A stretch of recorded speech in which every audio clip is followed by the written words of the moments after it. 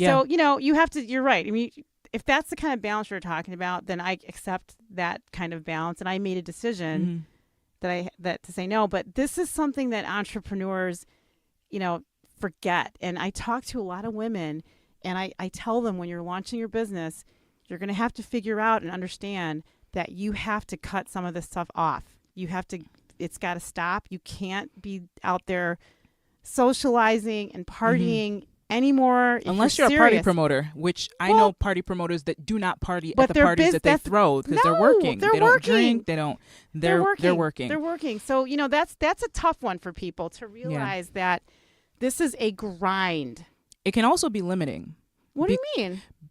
As far as if you have friends who none of them are business owners or have the concept of what it really takes to run a business in their exactly, because what's going to happen is here's what's going to happen. Here's going to happen. You work too much. Time for new friends. You work too much. Oh my gosh, you work all the time. You work too much. You work too much. You work too much. When really, you're not even really working that hard compared to the entrepreneurs that you want to be like. Yeah. You know what I mean? Yeah. But you're working hard compared to the average person because the average person doesn't own a business. The average person works for someone. The person who owns the business that they work for is the CEO. They work a lot. Yeah. Yeah. So it's like a framing thing, a contextual thing. It's a level of operational lifestyle that if you don't understand it, you're gauging yourself according to your peers. And if your peers aren't on the same track as you or don't understand the journey that you're on, you'll have a warped sense of reality. Here's an example. I have 2 clients. Okay. I mean, I have more than 2 clients. I was like, no, I have more than 2 clients. We have more than 2 clients, but I have two clients on the end of the spectrum. I got one client that is like super powered. When they show up at work, they are going at it every minute they are in that door. They are 100% all in, 120%.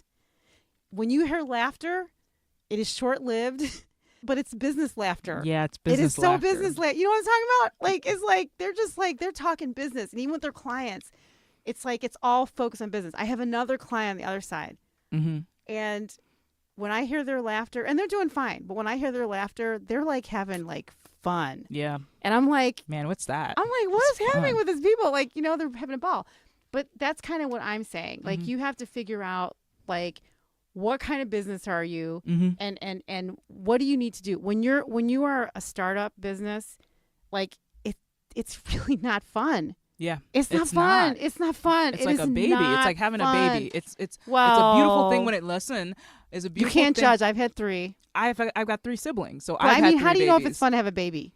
Listen, let me tell you, it's like having a baby. All you women out there know, because the baby comes out. Okay. Or let's say it's like having a baby or a puppy, because they're basically the same thing. Oh my God. Listen, let me finish the sentence. I can't even go there. It will come together. It will come together. Baby and puppy, no. Here it is. Both things are beautiful and exciting when they come out. Then once it... I'm going to give it to you, Esther. Go ahead. Once it arrives, you hit what I call... You hit the maintenance stage. All the moms out there are freaking out and cringing. I said it. Once the baby or puppy arrives, you hit the maintenance stage. What does the maintenance stage mean? Every 5 seconds, the baby's like, something's wrong. This employee didn't show up to work. A customer is mad. And if you don't pay attention to it, it's going to die. Okay, right. Because you don't have the infrastructure. It's not a teenager yet where it can walk on its own, where you have like a general manager and an assistant or something like that. Yeah. It's a baby. It's a small business. It's a puppy. It's pooping. It's peeing. It needs to be let out. It needs to be trained. You have to pay attention to it all the time. It's beautiful. You're glad it's here. Miracle of life. Animal, like, it's amazing, but it requires constant maintenance if it's ever going to get out of infancy. Babies and dogs, no one ever loves or cares about them as much as you do, because you own them. Oh yeah, you can't expect. So when you talk to other people about it, when you have to understand that they don't know what it's like, they don't have the connection, it isn't their baby. And so if you have friends, if you have family who don't know what it's like to have a baby or a dog, or a business, they are inherently in a lot of ways not going to understand what is required of you. Yeah, and you have to care. You have to forgive them of that. They don't care. Understand them in perspective, and decide what you're going to do. It's true, and I mean, it's just hard for people to accept that you are 120%. It's hard.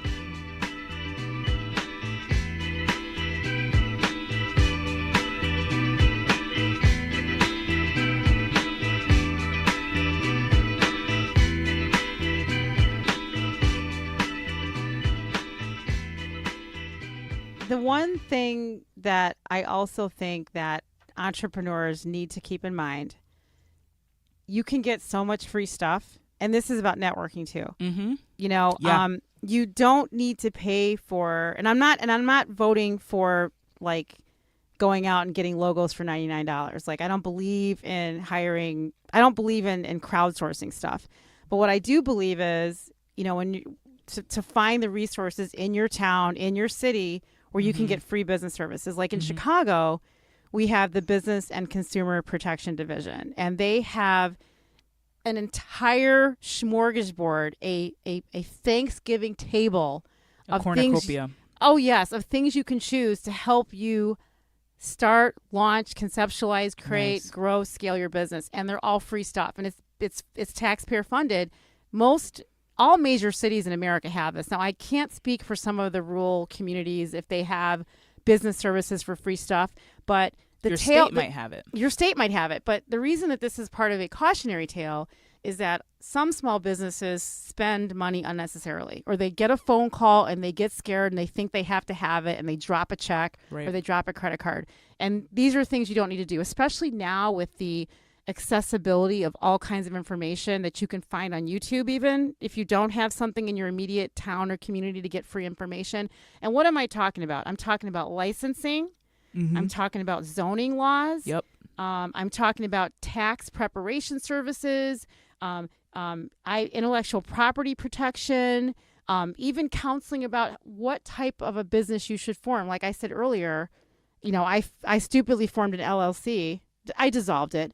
You know, if I had gone to the business and consumer protection, they might have said, "What are you doing with an LLC? We don't need to form that." Like, you know, so you take advantage of free services and look online for free services, but make sure they're coming from the government side. Don't take free services from a third party, or, you know, you go to an event. It's like, you know, what are those things when you go timeshare? Like, timeshares. Oh yeah, come for this free thing, and you find out they're trying to sell you some property in like Aruba. Yeah. So you don't need to do that. And so, you know, there's just too much available for small businesses, and you can even get networks. You know, you can develop networks around that. So earlier you talked about joining a chamber of commerce. Yep. There's other opportunities to network and meet people, especially if you are starting to get into the space and you haven't had the time to practice. Like you talked earlier about practice. Well, maybe you don't have as much time, or maybe you really do have some social anxiety. Look for opportunities to join a board, a junior board, or even a more mature board. Go to a nonprofit and find out how you can contribute and how you can volunteer, and have conversations around your business with opportunities like that. I mean, make sure when you look for a board to join that it's aligned with the type of work you're doing.